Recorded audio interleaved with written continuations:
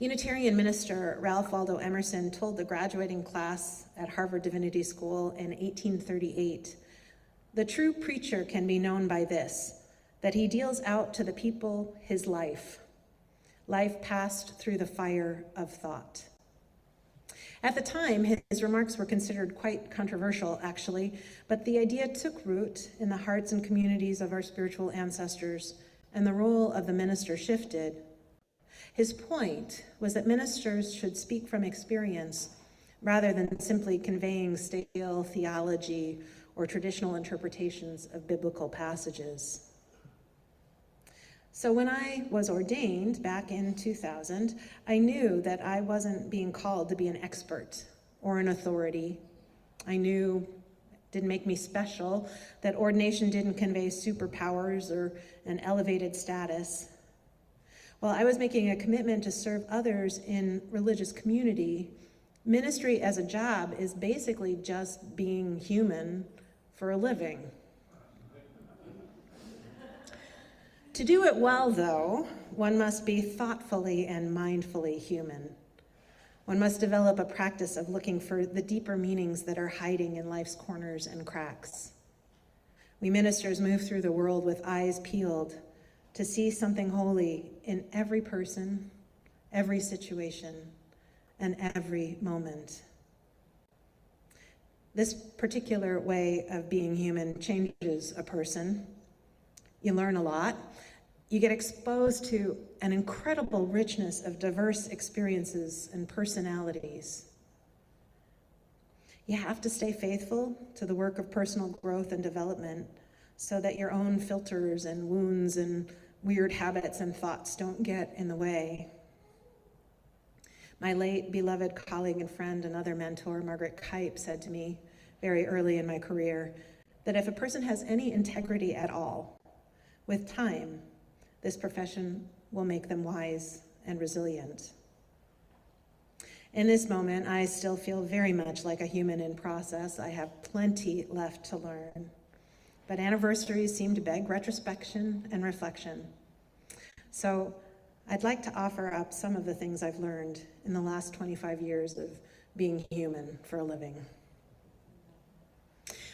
The first and most important lesson I learned was to just show up. One of the members of my internship committee lost her husband suddenly and tragically to a widowmaker heart attack. I sent a card, but I didn't reach out to offer a visit. I didn't want to come across as intrusive or presumptuous. She had a real minister, and I knew he was offering her excellent pastoral care. But when we finally connected, she looked in my eyes and explained that I should have shown up for her. Gently, but very clearly, she said, "You need to show up. That's your job now." So in all of the moments since, when I've hesitated to reach out, when I've been afraid that my presence might be unwanted or inadequate, I try to remind myself, it's your job, Elizabeth. Just show up. Pick up the phone. Walk into the hospital room or the funeral parlor or the police station. Listen, be present. At this point, it feels like I've seen just about every type of crisis or mess or loss or otherwise complicated situation. And this leads me to the second important lesson. The human spirit is almost infinitely resilient. When a person can face squarely into whatever they are dealing with, they find a way forward. I remember one young woman whose spouse had recently been diagnosed with bipolar disorder. This came to light because he ran through all of their savings and then put them, I think, over $100,000 into debt. They were about to lose their home. She just found out she was pregnant. At the time, she was a stay-at-home mother and had a toddler and no marketable skills. Things felt completely overwhelming. I couldn't do much. I had no advice or wisdom to offer. I just listened and sympathized and made all those little noises that we humans make when we're feeling compassion for someone.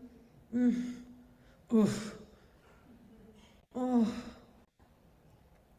After a while, though, as she talked about it all, she became less agitated and more settled. And she figured out what she needed to do next, which leads me to lesson number 3.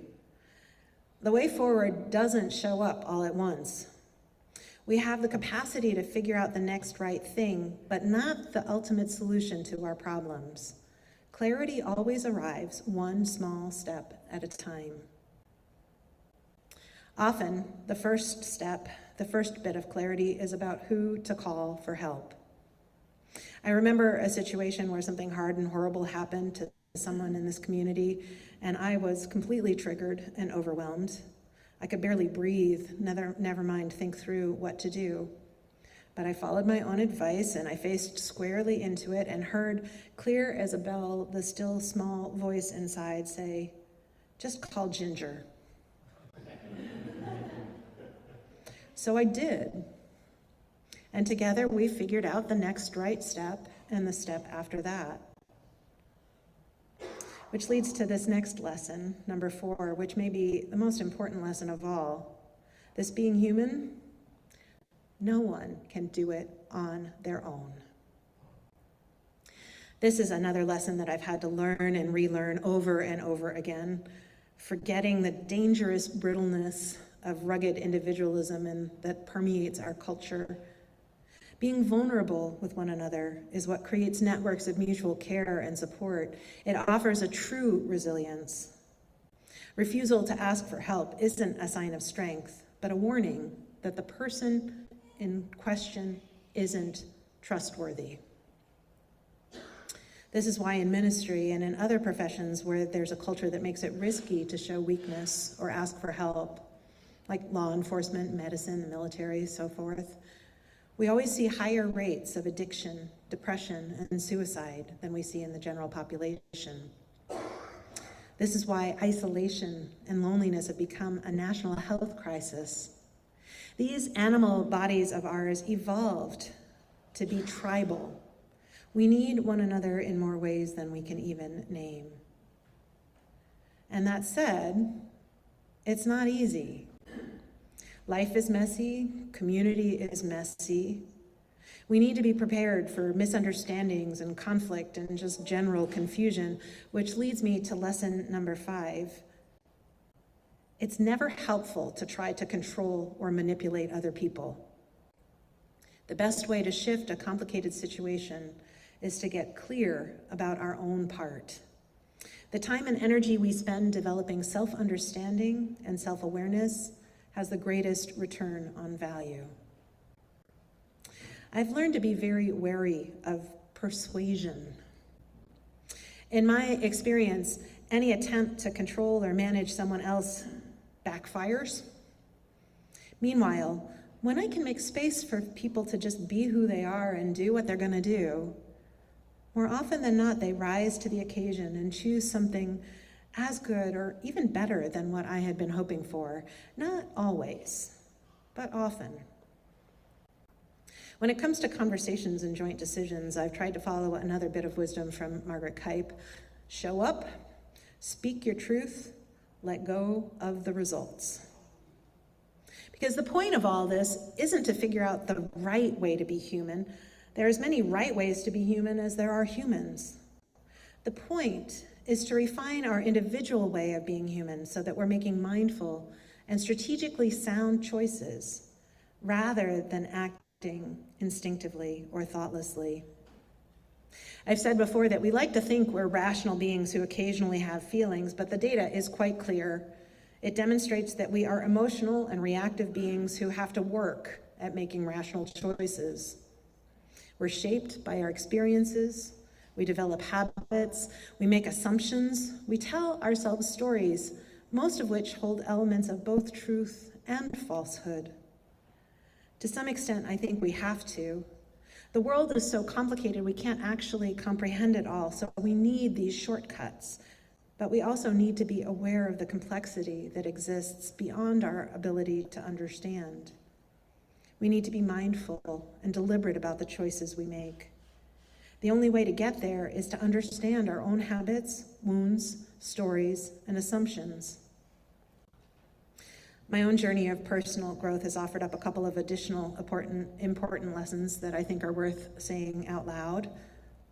Lesson 6, discipline doesn't drive change. Compassion and acceptance open the pathway.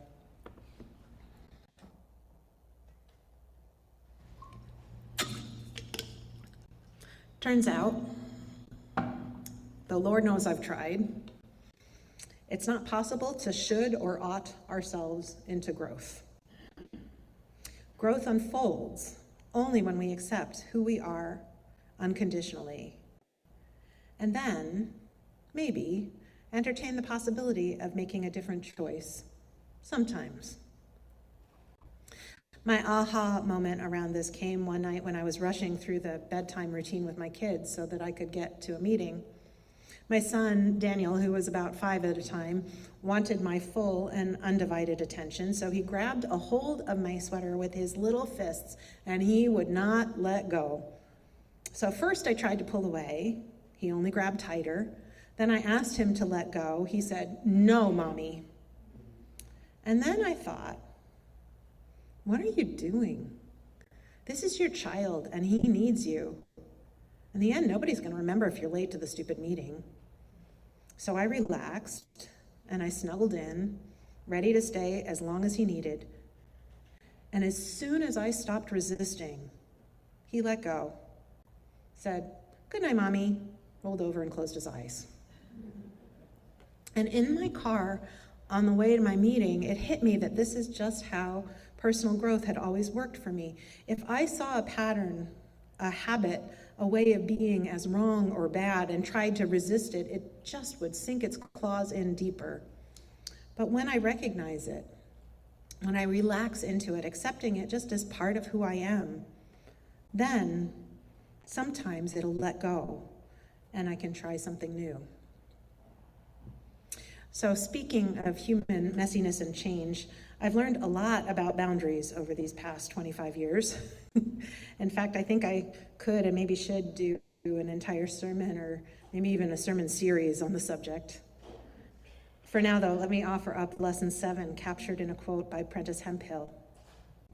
Boundaries are the distance at which I can love you and me simultaneously. It's obvious that setting boundaries to keep ourselves safe is a loving thing to do for us. But what I've come to understand is that these same boundaries are an act of love directed at the person we're setting the boundary with. See, no one wants to hurt the people we care about. When we're clear with one another about our needs and our limits, then the other person has the opportunity to adjust their behavior and avoid causing hurt. Taking care of my dad at the end of his life helped drive this particular lesson home for me. My dad was an alcoholic, and he couldn't seem to keep himself from pushing the limits of what he could get away with. The constant demands made me cranky and frustrated, and I started spending as little time with him as possible. Finally, on the advice of my therapist, I set crystal clear boundaries. He tested them, all of them, but ultimately, when I didn't wiggle or bend, he started to respect them, and our relationship got exponentially better. Turns out that just like children, we grown-ups feel safe when the boundaries are clear. We relax when we know the rules. And when we are safe and relaxed, we can connect authentically and find a way forward together. You know, I could probably go on all day. You and the other folks who've chosen to let me be their minister, you're all such generous teachers. And life itself is a powerful instructor, especially when passed through the fire of thought. But it's a beautiful afternoon, and I'm sure y'all want to get going and get outside, so I'm going to offer up one final lesson. In the end, love always wins. When I trace it back, pretty much every act that I'd categorize as evil is motivated by some flavor of fear. Greed is a fear of scarcity. Oppression rises out of fear of difference, which dehumanizes the other. Violence expresses a fear of powerlessness, and so forth. Meanwhile, acts that are motivated by love most often make the world better a little bit at a time. Now, inciting fear in people is an extremely effective way to motivate and control them. Fear stimulates our amygdala, pushes us into fight, flight, freeze, or fawn, and takes our higher cognitive functions offline. Which is why history is full of examples of leaders, both religious and secular, who use fear to manipulate their followers and to justify harmful acts. Love, meanwhile, works slowly. It's kind of sneaky. Love changes the world one heart at a time. When we allow ourselves to care about another person or about the planet or about anything, really, we voluntarily shift our behavior in a positive direction. I will confess, my faith that love always wins has been shaken lately. But the choice to believe something is also strategic.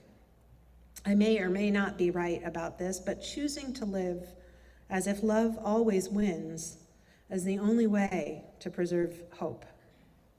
Choosing to believe that fear and hate might drown out the call of love pretty much guarantees a descent into despair.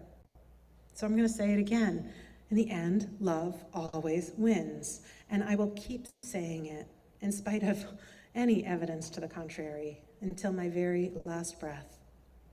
To do anything else would be a betrayal of everything I've learned, everything I've been taught by the brave and compassionate people I've journeyed with, everything I've been taught by each and all of you. So thank you.